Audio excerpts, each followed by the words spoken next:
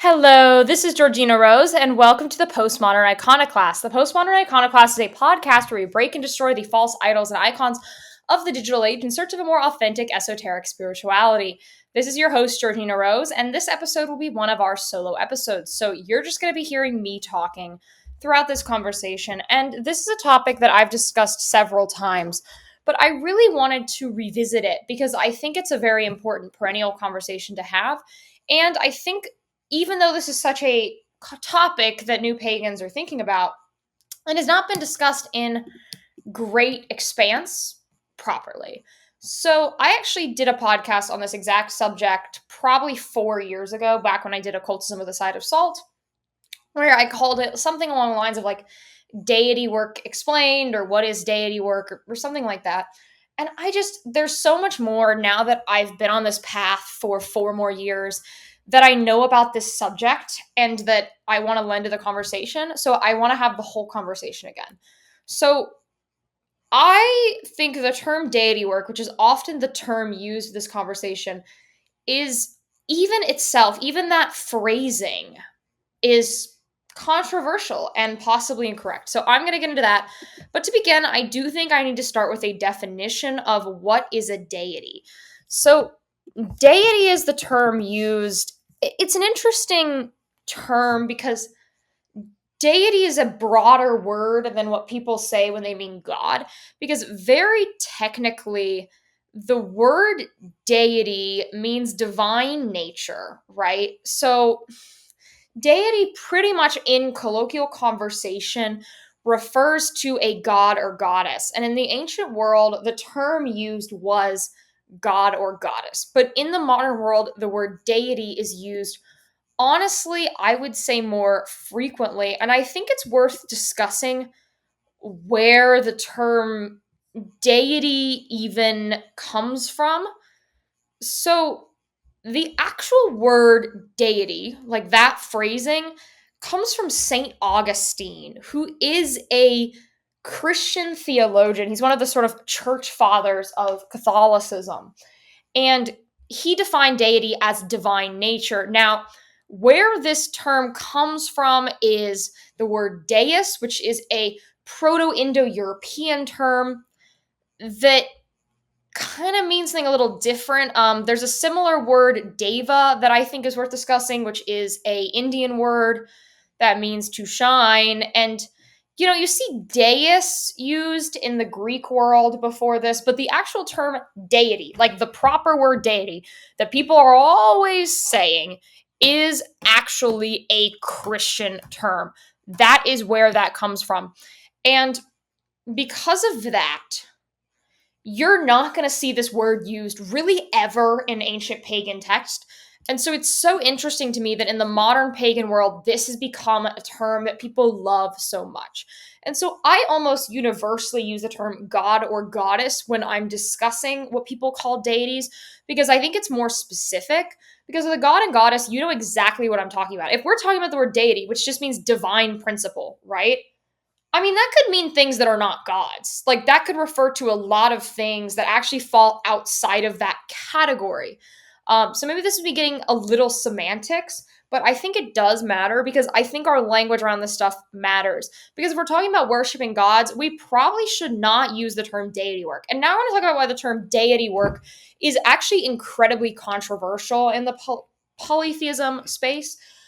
So people don't like the use of the word work. People have a huge issue with that because the word work, it implies a equilateral, an equivalent, an egalitarian relationship with a god, right? We work together. It brings forth the idea of co-workers, of people who are partners, who are on equal footing. And so a lot of people, especially people who are more reconstructionist polytheists and want to go back to our ancient ways of pagan understanding, have a huge issue with the implication that we are on the same level as the gods and the gods are like our teammates or our coworkers. And so these people will get incredibly upset when the term deity work is used, or even go so far as to say you're not a real pagan if you use the phrasing deity work. I do not feel this strongly about the subject. I think it's not the best way to explain our relationship to the gods because the gods are more powerful than us. And I think to deny that is kind of crazy.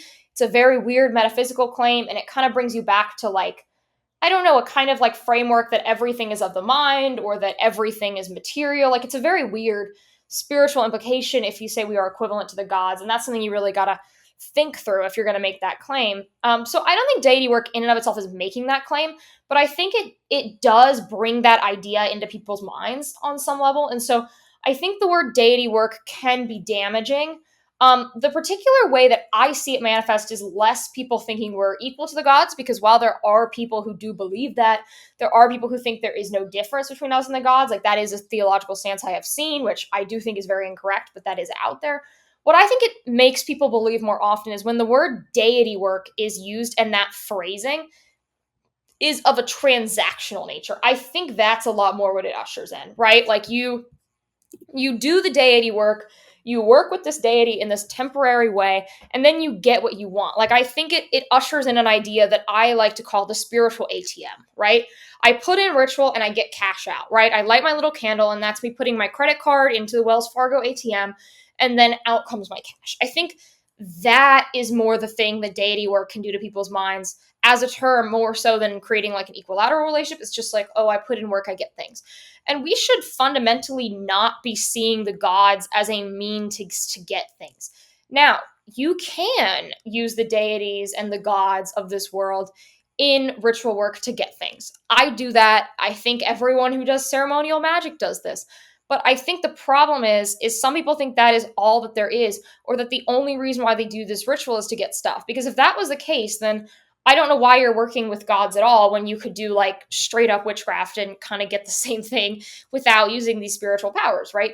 We worship and work with, and I'm saying that work with because I'm talking about not worshiping, which is so stupid because we need a term besides work that represents not worshiping. And I don't know what that term could be. I've sometimes in my writing used the term engage with, like we engage with gods outside of a worship context in that situation. And so I probably will use the word engage for a lot of the rest of this podcast, but I probably will inadvertently say work with a few times because since I've spent so much time in the pagan online space and in the pagan real life space in the city I used to live in, I have heard this phrasing used so much that it's kind of insidiously worked its way into my vocabulary. And I think it has insidiously worked its way into pretty much every polytheist vocabulary. I think we all have said it. So now that all that's out of the way, because I do think that's where I needed to start, I think we need to begin with a point.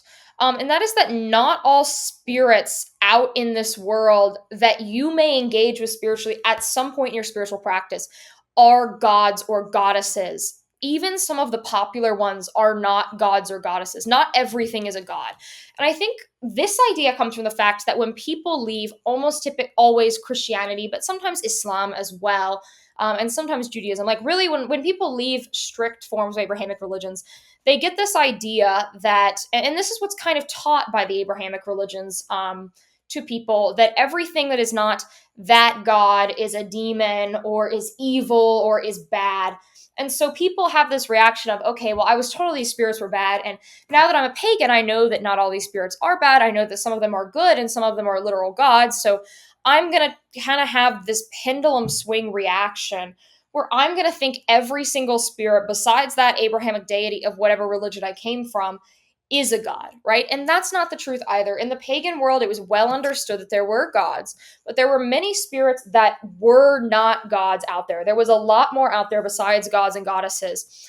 And I think without first understanding that, we cannot know how to worship the gods and goddesses, because if you're seeing everything as the same, right, you're going to treat everything the same, and you shouldn't, right?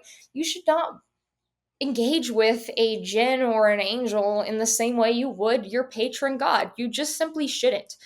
And I think if people are getting into paganism, they need to ground themselves in mythology and metaphysics so that they understand this idea.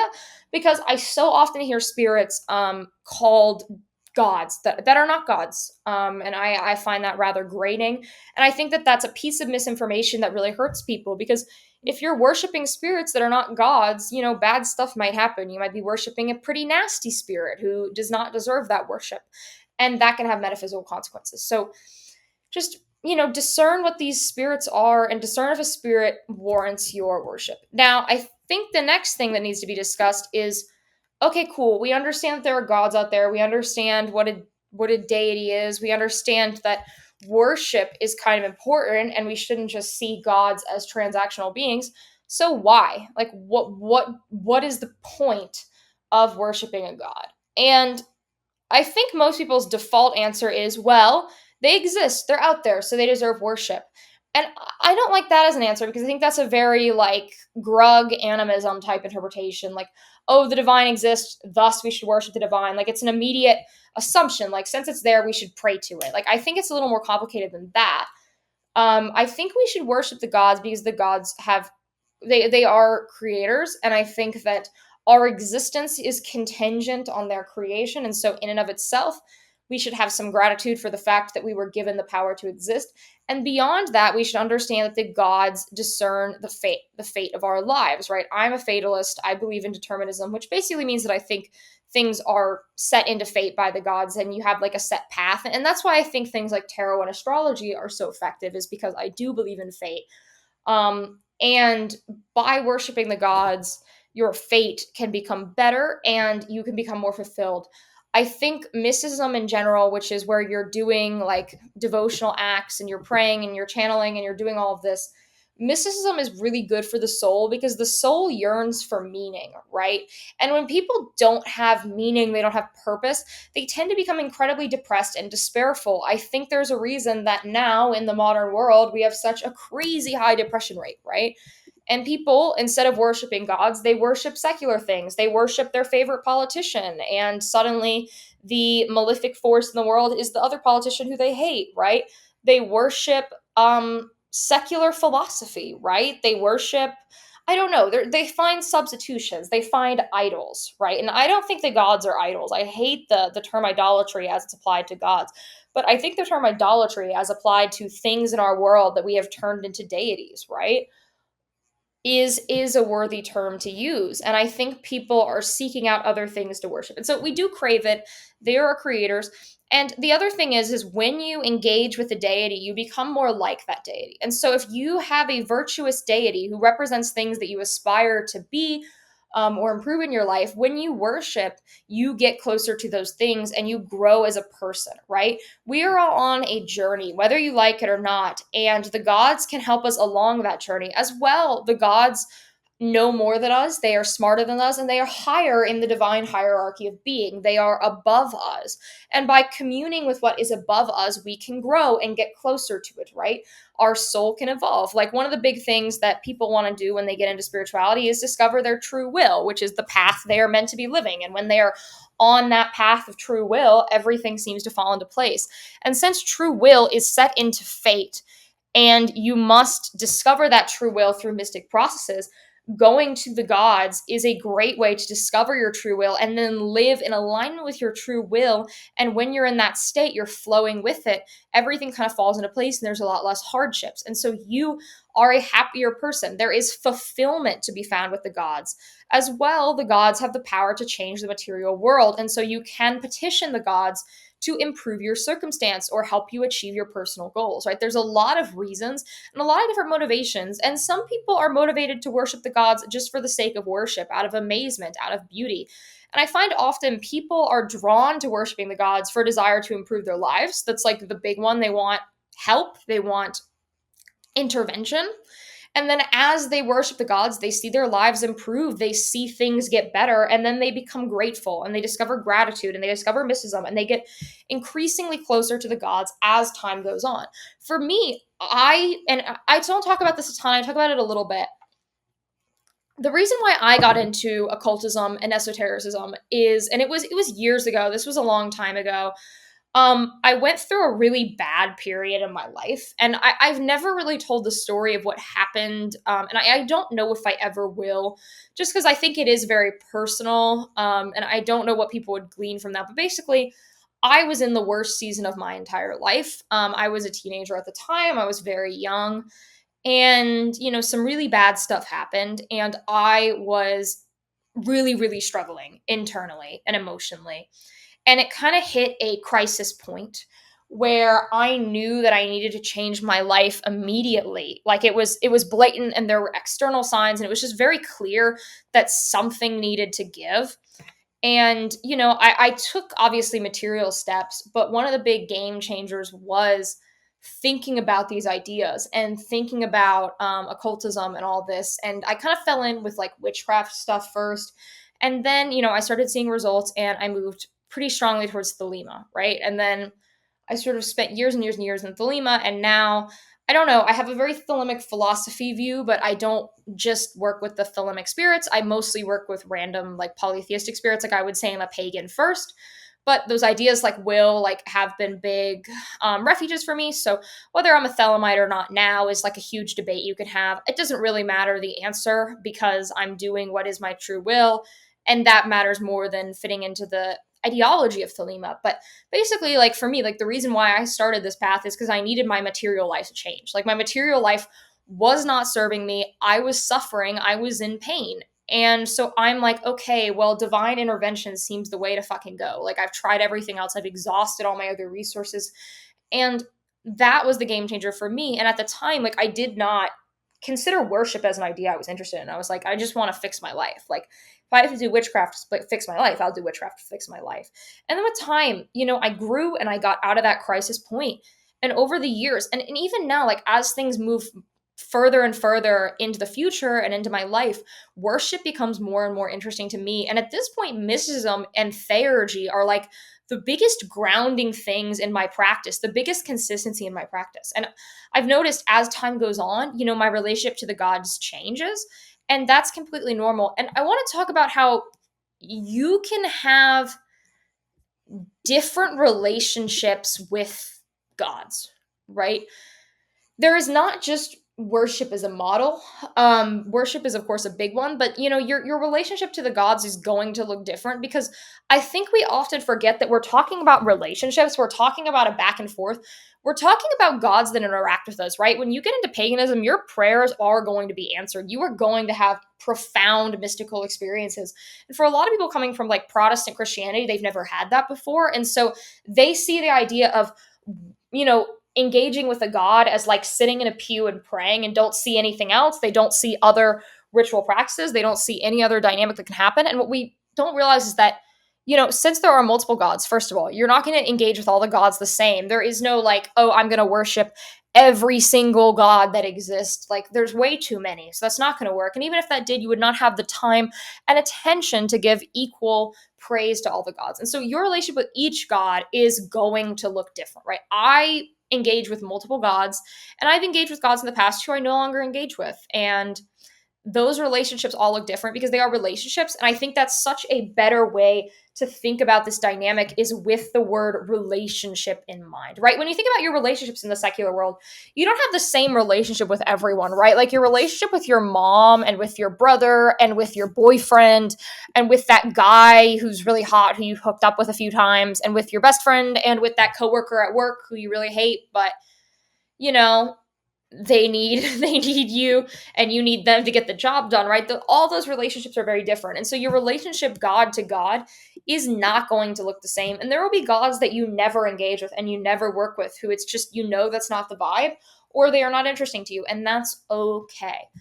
So I think the next thing that needs to come up and what happens when you decide to do this and you understand your reason, right? Your reason, you should though remember that will probably change over time and that's okay.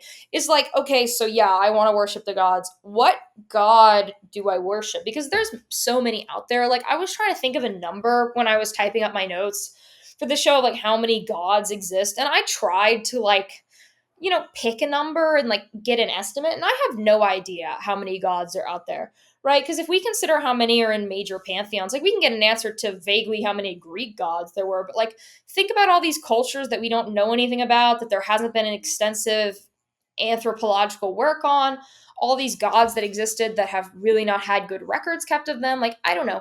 There's a lot. And so when you get into this stuff, you have to like pick a pagan god to go for, really, at the beginning. Like that's how it felt for me at the very, very start. I was like, okay, cool, all this is interesting, so where do I start? And that was hard for me. I was like, very like racking my brain because I think people get this thing called choice paralysis whenever there's any question that there's a lot of possible answers to. Like if you've ever stood at the like kava, you know that like Mediterranean Chipotle, you know what I'm talking about? So anyways, if you're standing at the kava and you're looking at all the little options to put in your little bowl, right? If there's too many options, your brain's going to freeze up a little bit. This happens to me at restaurants a fair amount where I'll be like, oh my God, but that sounds good and that sounds good. And I don't know, maybe I should experiment. Maybe I should stick to what I know, right? It's kind of like that. And your brain gets like paralyzed and you're like, oh my God, I have no idea how to proceed. I have no idea where to go with this. And with gods, I think that that's often a thought people have, right? And so often people have this idea, and I think it really comes from TikTok, of that you cannot choose, right? You have to discover which God is reaching out to you. Often it's the phrase reaching out to you. And in some cases, there will be times when gods actually will reach out to you and you will see signs from them. Like, I know someone who got involved with the Morrigan and they started seeing like ravens and crows everywhere. And like, that was an actual sign that the Morrigan wanted to engage with them. For me, this has happened before as well with specific deities, but it's not always going to happen, right? It's not like at every given moment there is some god who like has their eyes set on you for whatever reason who is reaching out. Like sometimes that's not going to happen. And so people, I think, get this like insecurity, like, oh, I don't see really blatant signs. Or alternatively, they want to see signs so much that they're trying to see signs that aren't there. Like they're like, okay, so my receipt at the Chipotle is 333, and 333, well, three means, you know what I mean? And you start going crazy. Or you start like trying to count the red cars because red is Mars. And if I see enough red minivans on the highway, like that means Mars is reaching out to me. And this is often a wasteful mental exercise because if there is a sign that you are seeing in the world, it's going to be apparent to your mind that it's a sign. Like whenever I've seen signs or synchronicities, like after rituals or a spirit trying to contact me, I see the sign and I know there's something to it. I might not know what the sign means. I might not understand like why I am seeing the sign, but when it's a sign, you feel it. Like it's something in your gut that you're just like, that's important, right? And so if you're not getting that, I would not assume a deity is reaching out to you. And that does not mean you are lesser as a practitioner, as a pagan. It's just that like in that moment, that's not happening. It doesn't mean it won't happen ever. And it doesn't mean that you're not capable of really profound relationship with gods. The god that I have the strongest relationship with and have since I very began my practice, there's one specific god that I have a very long-term committed metaphysical relationship with. They are my patron. That god I reached out to. It was not the other way around. It was I did a ritual invoking that god, and it was the most profound experience of my life. That is what happened to me. And that is, I actually think, more common than right at the beginning of your path having really blatant signs, right? And for some people, that is what happens. Like they begin their path and there's immediately very obvious signs, but it's not going to happen to everyone and it means nothing about you as a practitioner. Now, the thing that other people use if they don't see blatant signs often is like deity readings or deity confirmation readings where they'll like pay a tarot reader or a psychic or an intuitive or a geomancer or whatever, any of these people who can, you know, use metaphysical means to see the future or predict the future or see, you know, things beyond this plane, right? And they'll like try to get information on what deity is reaching out for them. And I think this technique can actually be beneficial, but I think it's less a technique of what deity is reaching out for me and what deity is compatible with me. Like, what path should I go down?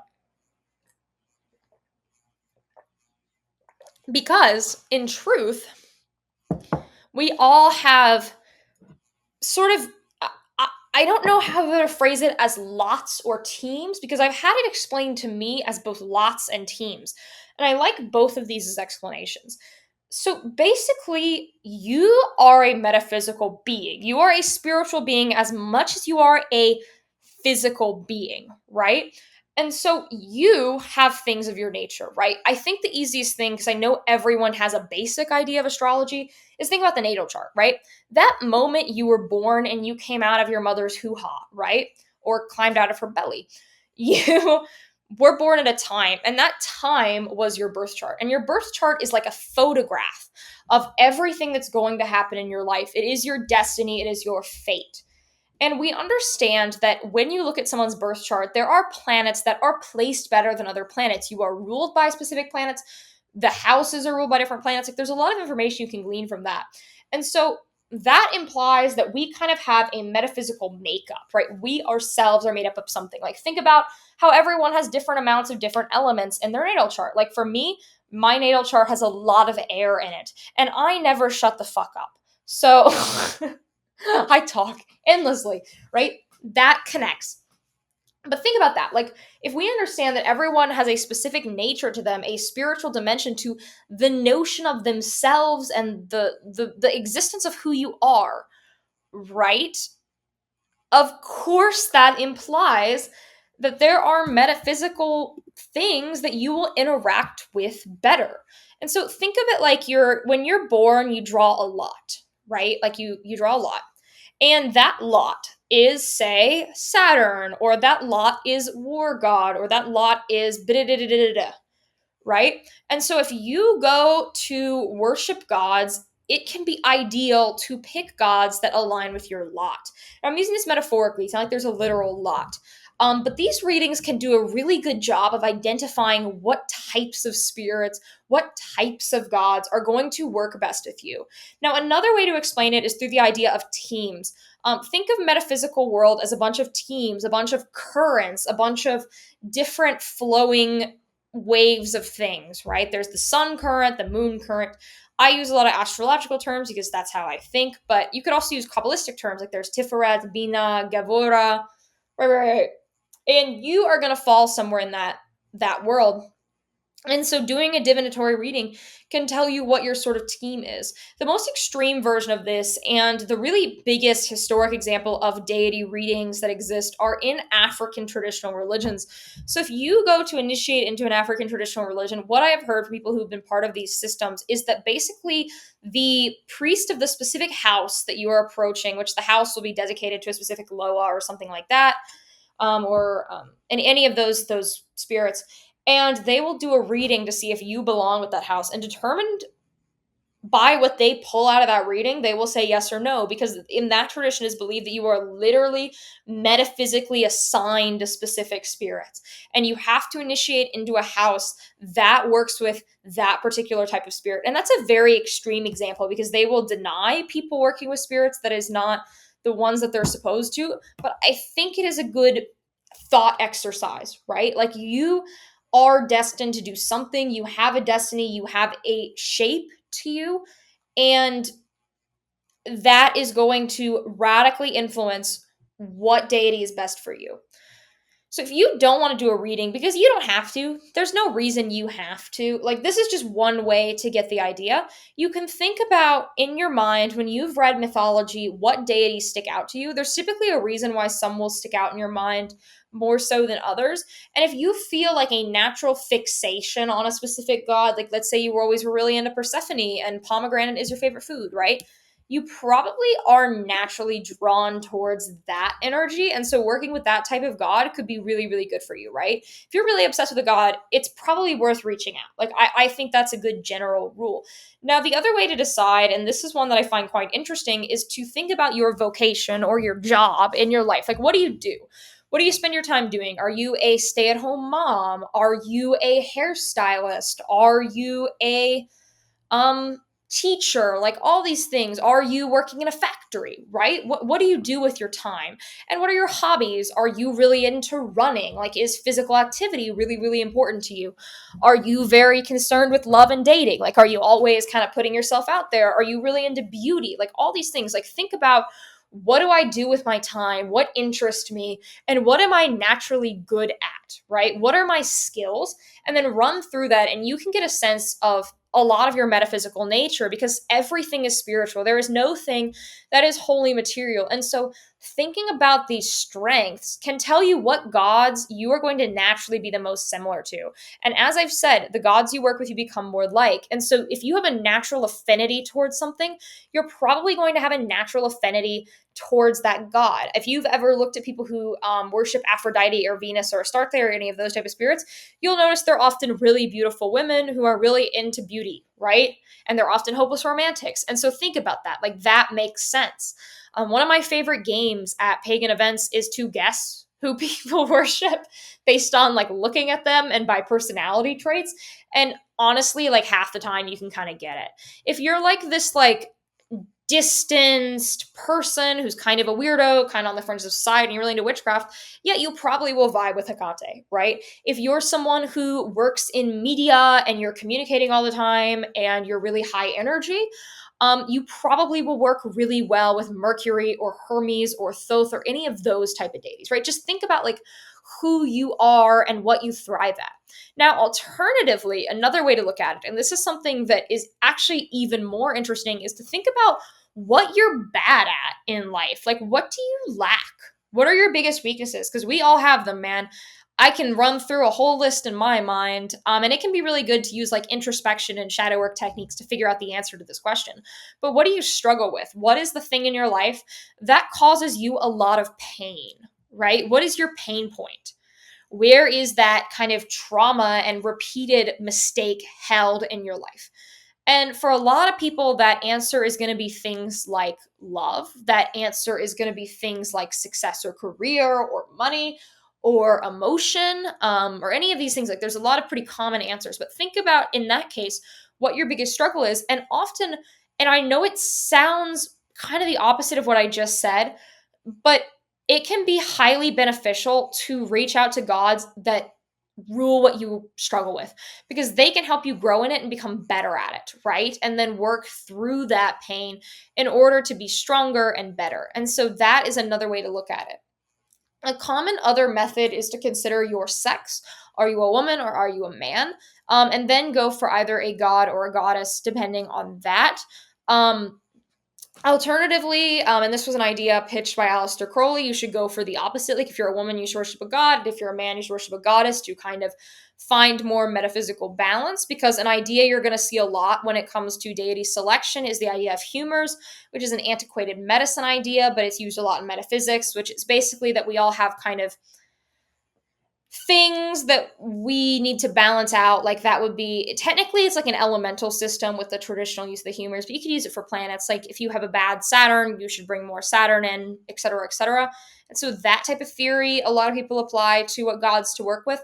I personally think you should work with and deal with gods that are both your strengths and your weaknesses, because both are going to benefit you.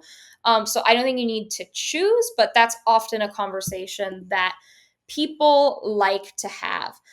Now, the next thing I want to talk about is your natal chart. So if you look at your astrological chart, you can see what's placed well and what's placed poorly. And things that are placed well, you'll often vibe with. Like looking at the planet that is the chart ruler of your natal chart, you often could have a really profound spiritual relationship with that god. So that's another one.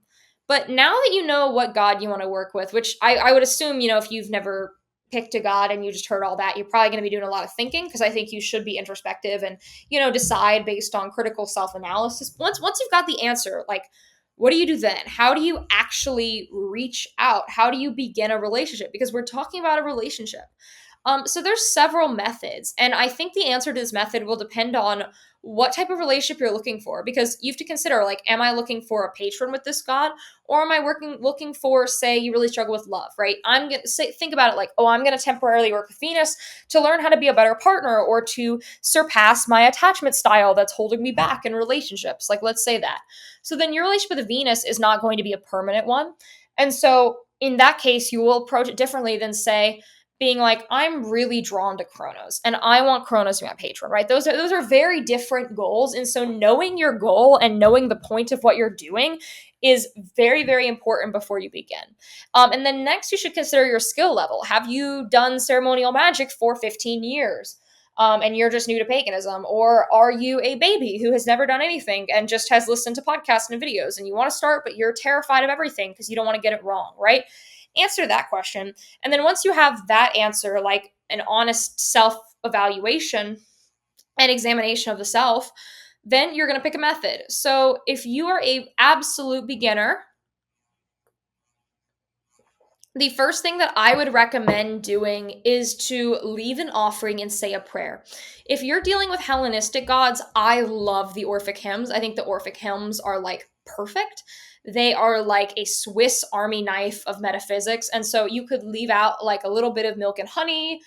That's a classic, or an egg, or a glass of wine, or some incense, or whatever, and then just say an Orphic and do this like once a week for a little while. That's a great, easy, simple way. Now, another way would be to invoke or do ritual.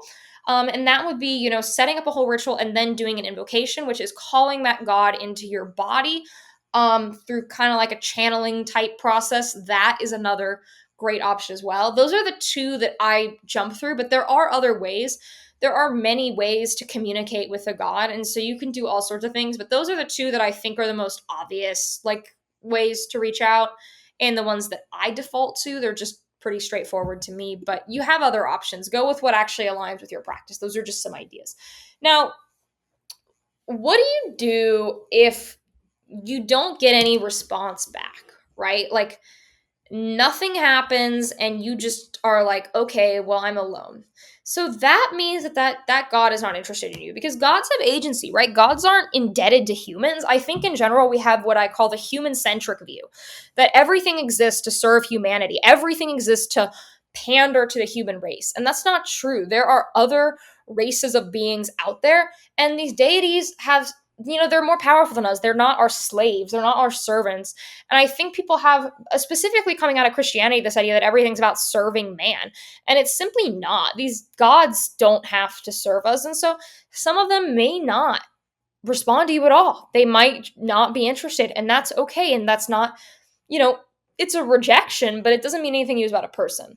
Now, if you do not get that, which that's not very common, it's happened to me a few times, but it's not the most common.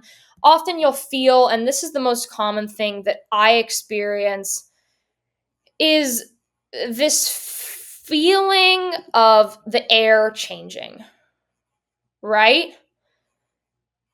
It's this moment where you feel something is different. Like you're like, something changed, and it's like a clairsentient feeling. If you guys have heard about the clairs, like clairvoyance, clair blah, blah, blah, blah, blah, and they're basically just like terms like spiritual senses. Like you take all the senses and you make a spiritual version of those. The most obvious is clairvoyant, which is where you have like visions of the future or whatever, or you know what I mean? Like there's a bunch of them, but clairsentience is the one that I experience the most and that I think is the most common. And clairsentience is like feeling changes in the air, the pressure, the temperature, all that type of stuff. That I think is very common when a deity is engaging with you, because I think people have this idea that spiritual experiences are a lot more intense than they often are. Not all spiritual experiences are like full-blown visions, right? A lot of them are very subtle. Like you'll notice it gets really, really cold and maybe your book falls off your shelf. And then the next day you start seeing signs. And then suddenly, like, you say you're reaching out to Mars. I don't know, like you've reached out to Mars, and then suddenly you have more confidence. And like in the workplace, like you're really defending yourself when your boss gives you a pay cut. And you're like, no, I've worked really hard, right? And then things start changing to be better. Like that's often how spiritual experiences go. They're often subtle. Now, there are spiritual experiences that are not subtle, where you will have visions. I have had full-blown visions. I have had full-blown like physical appearances of spirits. I know it sounds crazy, but it has happened. But that is not the majority of my experiences as someone who has done this for a very long time. So have realistic expectations going into these things. Like those big experiences where really crazy stuff happens are definitely outliers. We're talking about things beyond our plane of existence. And so things are subtle on our plane of existence, but they're not subtle on higher planes of existence. So pay attention to that. Also, I find that a lot of people, when they reach out to gods, will feel, say, like a hand grabbing their hand, but like there won't be a hand there, or a hand on their shoulder, or just something like that. Like things like that are very much signs that something is happening. Now, after you've had the interaction, synchronicities or signs are very important to watch for. And the thing that I always want to tell people when it comes to signs is, if it's a sign, you'll know it. Something in your gut will say, this is fucking important, pay attention. So look for that. Look for things that make you feel like the moment is important. And that should be the determiner of whether you think something is a sign, right? That should be what it is, right? Don't try to hyper see signs and everything. Like, don't go, oh my God, that's a sign. That's a sign. Like, don't try to see things that aren't there, right? And know that these things aren't always immediate, right? Trust the process. And often, what I will see as well is, and this is even more subtle. Like, let's say you invoked Mercury and you tried to develop a relationship with Mercury, and you felt something in the ritual, and then afterwards, something related to things that Mercury rules will go your way, right? Like Mercury rules communication. So let's say you were having really bad communication with your parents, right? You'd gotten in a huge family fight, and then suddenly that fight will resolve, right? That is the blessing of Mercury. That is an auspicious interaction with Mercury that has led to something happening. So that's something that I think you should really look out for. Now, when it comes to once you've made this initial connection and you're like, okay, there's something there, this spirit is meant to work with me. This is not a spirit who dislikes me for whatever reason, or blah, da, da, da, da, da, all that, right? Because not every spirit is your spirit, and that's okay. There's some gods that I have really wanted to work with, and they have had no interest in me, and I've just had to accept that. And there are other gods who I never would have expected developing a relationship with, who I developed a profound relationship with. And I was like, oh, I didn't even think this would be a big deal. I thought this was like a one-off to help me with something. And then it was like the opposite of a one-off and became like a lifelong relationship. Like that happens too. So you can commune in several ways. I typically, for me, I do start with ritual, but I know if you're a new practitioner, that might not be the way to go. But after I do say a big ritual, I will follow up with regular prayer. Like I will say the Orphic hymn once a day for a while, et cetera, et cetera. Like make sure you're keeping up with that interaction. Consistency is really important. Like discipline and devotion are the two pillars of mysticism for a reason. And so you need consistency and you need to make it part of your life if you want to develop a serious relationship to a specific God. Like you need to upkeep that connection. And the best way after just praying in ritual and direct interaction is through offerings. So offerings are really important in paganism, and offerings are things that you give to a god, right? Often offerings are physical things. I think incense is probably the most popular, but things like candles, wine, honey, I've said to use them, but they're very important because offerings are a representation of sacrifice, because we live in a capitalist society, if you guys did not know. I think we all know that. But basically, like, you work for money. And so money represents your time and your labor. And time and labor is sacrifice. So giving things that you spent money for, say flowers as an offering, is a offering of that time, of that sacrifice, of that effort, and of that work. And it shows that you're working for that divine relationship. The gods do not need your offering. It's not about the thing, it's about what the thing represents, because it shows devotion. Because devotion is key to worship. Worship is just devotion. So offerings are important. It does not matter like the cost of the offering. Like you don't need to give like the fanciest offering ever created. You just need to give offerings regularly to show your devotion. Now, how frequently you should give offerings is really up for debate, and that's something you have to discern based on your specific spiritual relationship, because there's some deities that I give offerings to all the time, some that I give frequently to, and some that are infrequent, right? Like the sun. I don't worship the sun, but every like major sun phase, so like, the spring solstice, summer solstice, fall equinox, blah, blah, blah, blah, all those, I will give offerings to the sun to represent that time. As well, another one for me is Janus. So Janus represents doorways, beginnings, and the new year. And every end of the year and start of the year, so that's right around December 31st to January 1st, I give a lot of offerings to Janus. And I don't give offerings to Janus any other time of the year. It's just during that time. And so how much you give offerings is going to depend, because your relationship with every deity you engage with is going to be completely different. They're not all going to be the same. So an idea similar to offerings that is arguably the same thing or arguably different, you can really go back and forth on this one, are devotional acts. Devotional acts are like going for a run and offering that run to Mars, right? Like, or going to the gym and offering the lifts or the reps or the gains to Odin, or going on a date and offering the metaphysical energy of that date to Venus, or you can come up with a ton of them. Like you can come up with endless ideas of these. And I love devotional acts. Devotional acts are a big part of what I do. There isn't as much historical record for devotional acts existing, but I think they're profound. We do know that they existed in some cultures, but not in every culture. And so a lot of people don't like when you call devotional acts offerings. I think they kind of are offerings. I don't really get hung up on this thing because they're still sacrifices. They're still powerful and they still get results. But those can be helpful too. Now, sacrifice as a concept is one that I honestly don't even use the word sacrifice much just because it freaks people out. But like sacrifice is a thing. You are sacrificing wine when you give a glass of wine, right? But people freak out about this word. But sacrifice is a huge part of worship, right? If you honor a god highly, you need to sacrifice something, right? Every ritual, you're sacrificing your time. Every moment you spend with them, you're sacrificing your time. You're sacrificing your energy. You're sacrificing all these things. And so don't get freaked out by the word sacrifice or think to interact with this god, I need to like shoot a chicken or something crazy. Like, you don't have to.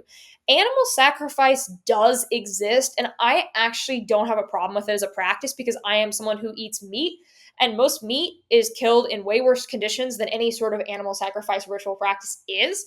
So I do not have a problem with it, but I don't do it myself, right? It's not something that I've ever done. I haven't done it once. I don't think it's unethical, but I have not done it. And almost no modern pagans actually do animal sacrifice. Some do. Some absolutely do. But it is not obligatory. Now, human sacrifice, I hate that I even have to mention this, is not a thing. Human sacrifice is a historical allegation, was used to demonize other people groups. Like, it was used a lot of slander. It did exist historically, like to say the Aztecs never like killed people is crazy, but it was overblown a lot of the time, and there is absolutely no reason as a pagan you have to do human sacrifice. 99.999% of historic pagans did not do human sacrifice. That was like very few people. It existed, but it was very few people. So that's not a thing you even have to think about. Now, what is more common is, I would say, ritual bloodletting is a thing where people will like prick themselves with a little diabetic lance and offer a drop of blood because blood represents life. That's a real thing, but even in those cases, no one is like slashing up their wrist or something. They're like taking a little needle and pricking their fingerprint. It's completely safe. People do it to check their insulin on a regular basis. So stuff like that is, I think, on the table. But once again, you're not required to do any of that. There is no one singular way to worship and give offerings. Like, I've used a lot of alcohol offerings as an example because they're very traditional. A lot of people love doing libations, which is where you'll kind of drink a little bit and then give the wine to a deity. But if you're someone who is very uncomfortable with alcohol, like let's say you're an ex-alcoholic or whatever, you don't ever have to use alcohol in your practice. You can give milk, even water. Like, it can be exactly how you want it. And also, another thing I want to bring up is people in poor financial circumstances, right? Unfortunately, there are a lot of people who deal with bad financial stress, or poverty. And if you have that situation, you can give offerings that are free. You do not have to like spend all your money on offerings and then starve to death, right? You can give water, even unclean water. It really doesn't matter. Like, you can always give something, right? Now,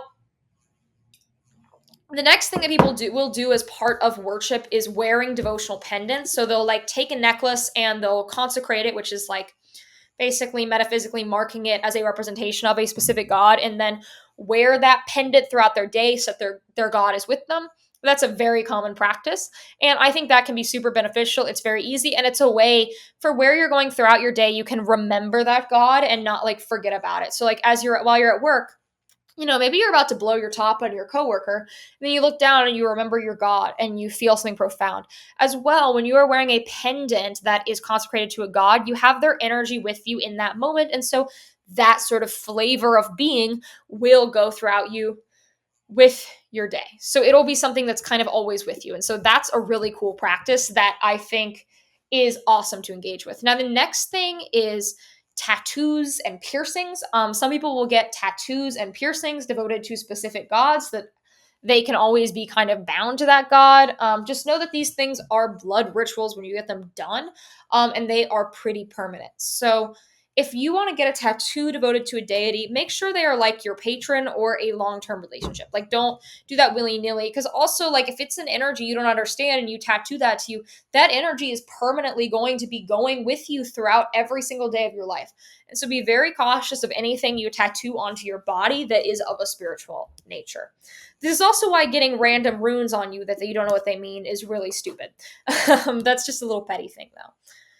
So the next thing I want to talk about is using how many deities can you engage with at a time. Because I think that's a common question. There's really no limit, but like, don't go crazy. Like, think about it as a rotation and think, how many gods relationships can I upkeep at the same time? Like, don't be stupid and like I remember I saw someone on Discord who claimed they worshipped 72 gods at the same time, and I was like, I really doubt that. So there's no answer to that question, and there's no minimum. There are a lot of pagans who only worship one god. It's called henotheism, when you believe in many gods, but you only worship one. That's legitimate as well. And also, one thing I want to talk about is some gods will not be in your life forever, right? Not all gods you engage with are going to be lifelong deities. Some you will work with for a season of your life, or a period of your life, or a particular time of the year. Like, I know a lot of people work with sun gods during the summer, but don't really work with sun gods in the winter, right? That is completely legitimate and has historical precedence to it. Um, Now, patron and matron are two titles that are given to people's like main god and goddess, like father and mother is kind of what the terms mean. And so a lot of people will seek out to have a male patron and a female matron, like a god and a goddess they worship. This specific pairing was really popularized by Wicca because Wicca believes in a god and a goddess. It's a duotheism. So the divine feminine is represented by the horn god, and the divine masculine is represented by the horn god, and the divine feminine is represented by the triple goddess. And so a lot of people who have that kind of Wicca flavor to them will pick just a god and a goddess, and people who are influenced by Wicca will do the same thing. This is a great model if that's what you want to do. Like, you can have a patron and a matron. It's completely a good model. Like, I think it's very balanced and it balances people out. And so I'm a fan of this phrasing, but it's not the only way to do it. And you don't have to like pick one. Like, if that's naturally what your spiritual relationships lead to, that's great. But it's not like the one right way to do it. It's not the one true way. It's not the only way. So don't freak out if that's not the dynamics that you have in your spiritual world. Now, the next thing I want to talk about is, what do you do if you no longer want to engage with a specific deity for whatever reason? Well, you just pull back. You just stop giving offerings, you stop doing rituals, and you just kind of like move away from it. Now, there are specific times where you might want to do like a final ritual with a specific god, or you might want to put a god kind of on pause and just stop working with them for now and then come back to them later. All of that's fine. It's not like if you stop giving offerings to a god, like you'll get shot down and struck down by the heavens or something crazy. Like, that's not what happens. That's not how these things work. As well, realistically, at some point in your life, you'll go through a bad period where you'll be less spiritually active. And once again, your life's not going to fall apart because of that.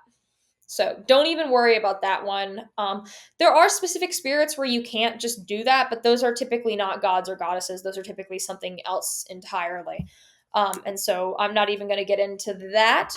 Now, the very last thing I want to talk about, and this is something that I almost didn't talk about because in my brain it's straightforward, but I know to other people it's not straightforward, and not everyone even agrees with this, and that is the idea of pantheon mixing. So, pantheon mixing is when you engage with gods from different cultures or from different traditions at the same time. Like, let's say you worship Thor, but you also worship Artemis, or you worship Apollo, but you also worship a lot. I don't know, like things just from different places. Now, pantheon mixing is fine. And I will defend pantheon mixing because in the ancient world, when tribes would conquer and expand and develop ideas like empire, they would have to engage with other tribes and cultures and civilizations that had quote unquote foreign gods. And often people would take the foreign god and they would go, oh, that's the same as this god we have, and basically like incorporate that into their pantheon. Like a big example of this pre Islamic Arab religion in the Nabatean Empire was very heavily Hellenized, and there was a lot of overlap between that and like Greco-Roman practices. So it definitely existed historically as well. If you look at documents like the Greek magical papyri, which is one of the best magical texts we have from antiquity, there's heavy syncretism in it. Now, the thing about syncretism, though, and this is where I kind of get why people say never pantheon mix, because the thing with syncretism is if you do syncretism wrong and syncretism doesn't make sense, it can be a whole mess, right? Because I think some people get into syncretism and they go, oh, well, there's no rules. I can just do whatever I want. I'm going to just do spiritual anarchy. And that doesn't serve people either. And so, it's complicated. I think that you should, you know, think about what you're doing, right? And be contemplating like what is going on, what is the point of this, and then this won't really be a problem. Um so yeah, that's my bit about pantheon mixing. And I think that's really the last thing I want to say, I mean, there's so much more I could say in this conversation, but I I don't even know where to begin in talking about everything else. I might make a follow-up episode to this podcast that's like deity work part 2, where I go over more things and more considerations, but hopefully this is like a good introductory guide to gods and deities and how this works and what worship is and what the point of all of it is, because I think it's such a complicated topic. Like, this was originally going to be a YouTube video, and then I started writing the notes and I was like, no, I need to talk for like an hour on a podcast to even begin to broach the complexity of this subject. So that's all I have to say. If you like the show, we're supported through Patreon. On Patreon, you get a bonus episode 8 times a year. You get early access to this show, and you get access to the pre-show, which is a bonus mini episode that goes alongside every single episode. The pre-show is really fun. So yeah, thank you so much for supporting. I've been your host, Georgina Rose. You can find me under the name Darling on Instagram, TikTok, Telegram, YouTube. My YouTube is my main thing. Patreon, Substack. I don't know. I think that's ever TikTok. Almost on TikTok. And I'll see you guys in the next one. Have an amazing night, afternoon, mid morning, mid evening, whatever time it is, wherever you are. Bye.